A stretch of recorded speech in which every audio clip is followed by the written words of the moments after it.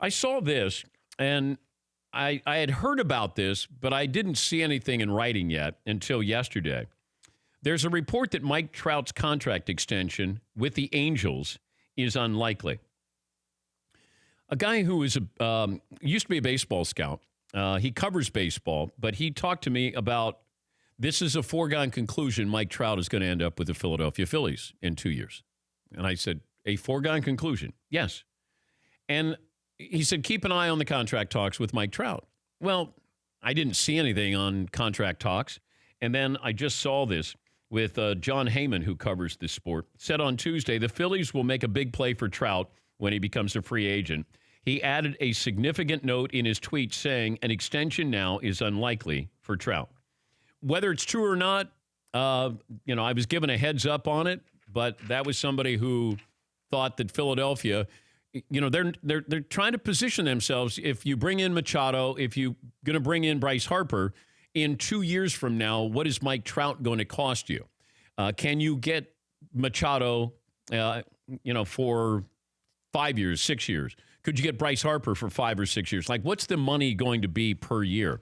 And I know agents are upset about this, and they're saying there's collusion, that you're not getting these big-time offers for Manny Machado. And I think there's an 8-year deal on the table for Machado. I believe that's with the White Sox with Machado. But what is somebody going to be worth? What's Mookie Betts going to be worth? What's he make next season? $20 million? And I will say this to these agents, like, wait, where are the stupid owners who are going to offer up all this money like they did before?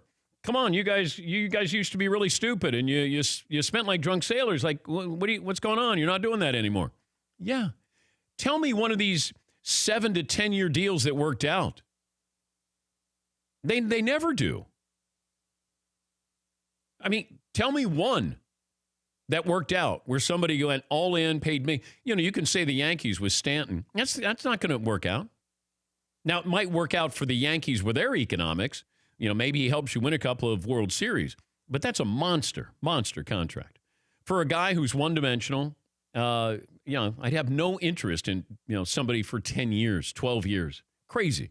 Bryce Harper, you're not winning with one player in baseball.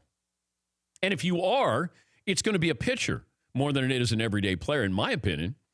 When Clayton Kershaw was the man and was lights out, I was getting my money's worth out of him. He was directly affecting a game, every single game. I can take Bryce Harper out of the lineup. I can just walk him.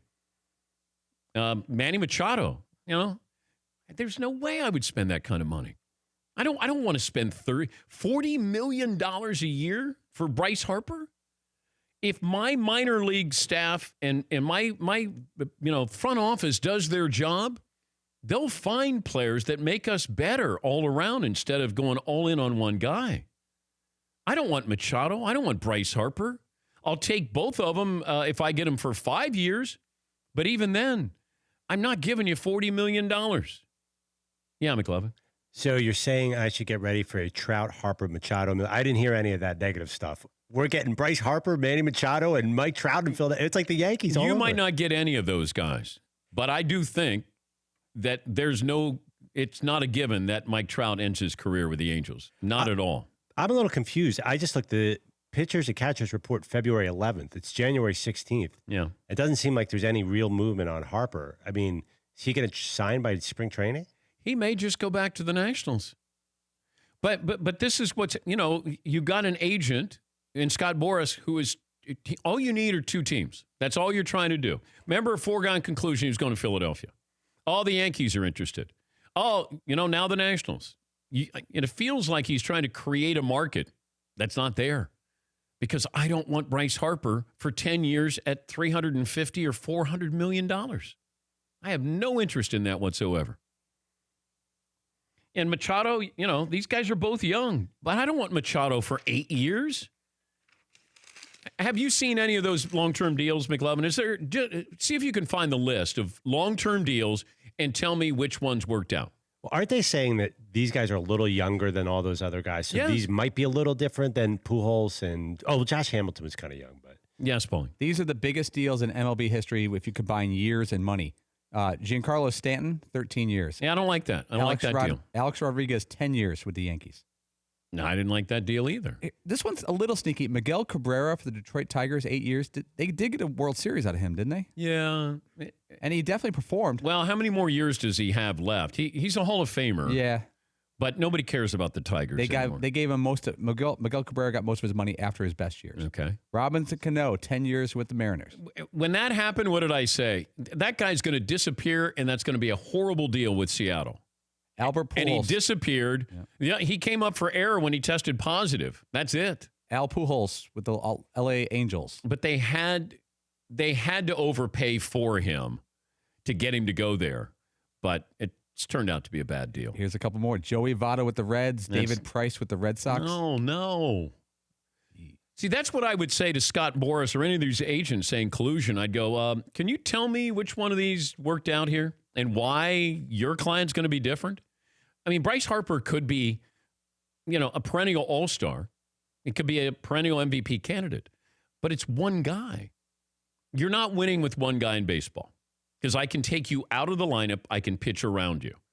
If you're a pitcher, that's different. Because I would spend more for pitching than I would for one batter. I don't want Machado or Bryce Harper. And even, the Dodgers spending $30 million or $32 million on Clayton Kershaw. He's not the same Clayton Kershaw. He's still very good. It's a lot of money. But I believe building my lineup by scouting and getting good players going through my system, unless you're the Yankees who just go, we don't have much in the minors. Let's go out and buy some guys. And then what did the Yankees do? They rebuilt their farm system. And they surprised everybody a year ago or 2 years ago. And I said, wait till the next year. They're going to be the team to beat. And I thought that because they had all of these prospects that were coming up and they might have used them to trade to get some, other players. So I still would want my farm system to be credible and that I could use those assets if I want to trade, but I don't want to spend all that free agent money. For more Dan Patrick Show, tune to Audience Channel 239 on DirecTV or download the Dan Patrick Show app.